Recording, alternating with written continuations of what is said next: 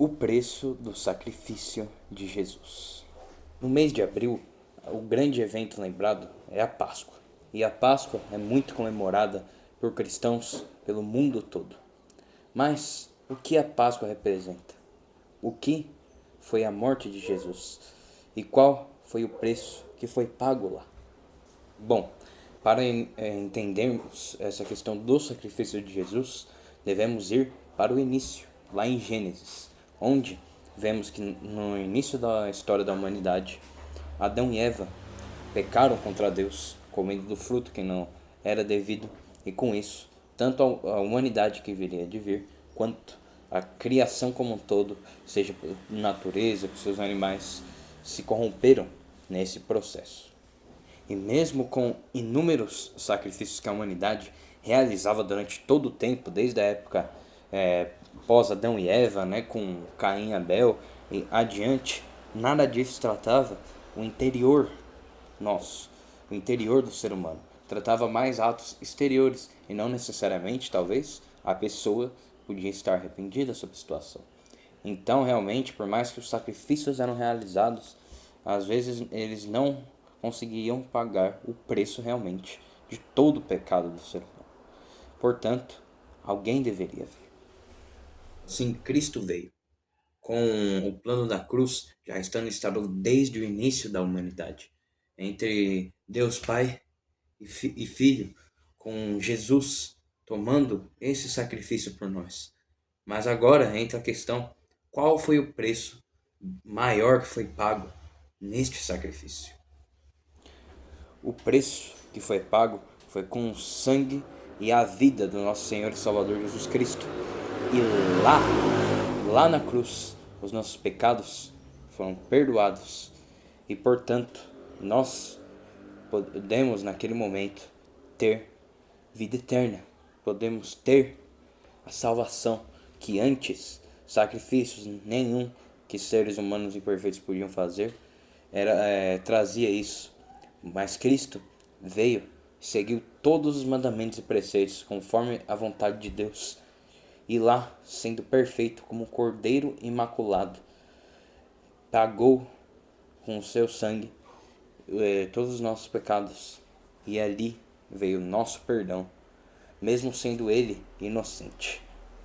E essa expiação substitutiva representa o que nós, como seres humanos, merecíamos por todas as nossas iniquidades, desde lá atrás até os que hão de vir.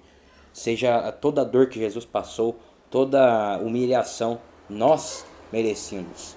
Cristo teve que passar por quase 40 chicotadas por todo o seu corpo.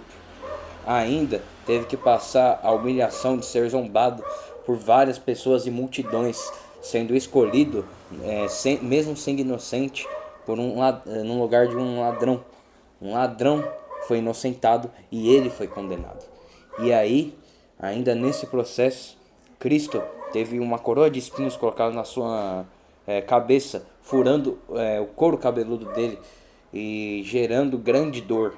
E ainda teve pregos em seus pés e pregos em seus pulsos, cujo gerou uma das mortes, né, mais dolorosas da história da humanidade, que é pela morte de cruz. E ele esteve disposto a tomar nosso lugar e sofrer esta morte por nós, carregando e indo a uma cruz que tinha o nosso nome, e rabiscando o nosso nome e colocando o nome dele no lugar, assumindo tudo aquilo que a gente merecia. E ainda para finalizarmos essa questão do que Cristo passou, o preço que foi pago, ele ainda teve que passar pela separação com o Pai. O que para nós, às vezes a gente faz no dia a dia e nem sabe dar muita bola. Mas para Jesus, cujo era Filho de Deus, e ele, cujo esteve por toda a eternidade junto de Deus, foi uma das piores, a pior coisa que podia acontecer. Não uma das piores, a pior. Porque a parte dolorida também poderia afligir Jesus. Mas teologicamente o que mais afligia Jesus era a separação com o Pai. E a gente pode ver isso refletido na cruz. Com ele falando: Pai, por que me desamparaste? Porque mesmo ele sabendo desse processo que ele ia ter, ainda assim na hora era aterrorizante, porque o pai se separou de Jesus, porque Jesus estava com o pecado de toda a humanidade sobre ele, e portanto houve esse momento. Deus, que é santo, né, não ficar misturado com quem é impuro. E Jesus sentiu isso, tanto que no jardim de Getsemane a gente pode ver claramente Jesus falando para passar o cálice. Esse era o maior cálice. O sofrimento também podia estar envolvido, mas esse era o cálice que Jesus falava. Portanto, Jesus passou por todas essas coisas que eu falei, por mim e por você. Sim, por mim e por você. Ele amou eu e você de tal maneira que fez isso por nós. E sabe, hoje, graças ao que ele fez, hoje podemos ter uma paz que supera qualquer entendimento. Independente do momento que você estiver na vida, essa paz que Cristo nos dá, sabemos que somos salvos e redimidos pelo sangue dele, é uma coisa de outro nível, sabe? E graças a isso, como mencionado, somos salvos, podemos agora ter comunhão com o Pai e podemos agora ter vida eterna, que antes não era possível, graças a tudo o que Jesus fez por amor a mim e por amor a você. E hoje Cristo vive, e ressuscitando ao terceiro dia, e vivendo hoje, isso nos leva a uma grande lição, porque a morte foi vencida.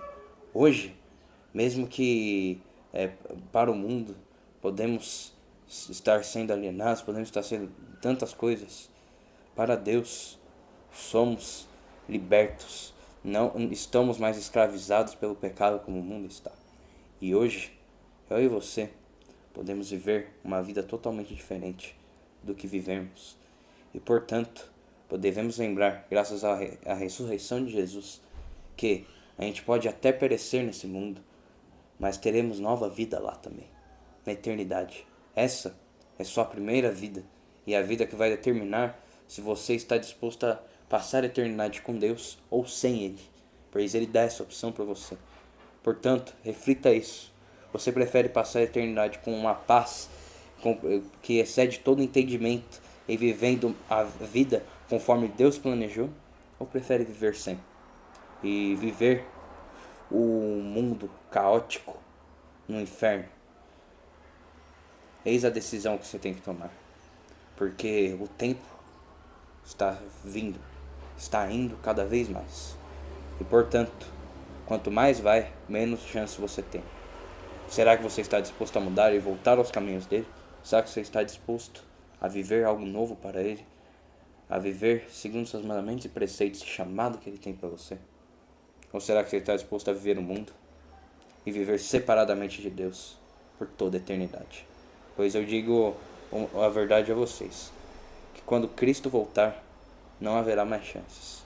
E o que a gente viveu, seja para o lado de Deus, arrependendo dos nossos pecados e vivendo conforme a vontade dele, ou seja, para o lado do mundo. E não teremos como voltar mais atrás. Não teremos. E vai ser um sofrimento, infelizmente, daqueles que não escolheram Deus, que vai durar para todos os sempre. Lembremos que a celebração da Páscoa vai além de uma celebração. Ela representa a nova vida que nós podemos ter, e ela representa também a salvação nossa e o caminho que podemos tomar a partir de então. Então, o que você vai fazer com todas essas coisas que eu falei? Viverá para ele ou viverá para o mundo? Eis a sua decisão. Portanto, levem essas palavras no coração, meditem, e eu deixo essa parte com vocês. Portanto, eu agradeço essa oportunidade. Espero que vocês possam ter compreendido. Qualquer dúvida pode deixar nos comentários. Que Deus possa abençoar seu dia, sua família e o guiar no caminho de retidão. E que você siga os seus mandamentos, seus preceitos e faça conforme a vontade dele. Portanto, eu espero ver vocês na próxima. Que Deus abençoe. Tchau, tchau.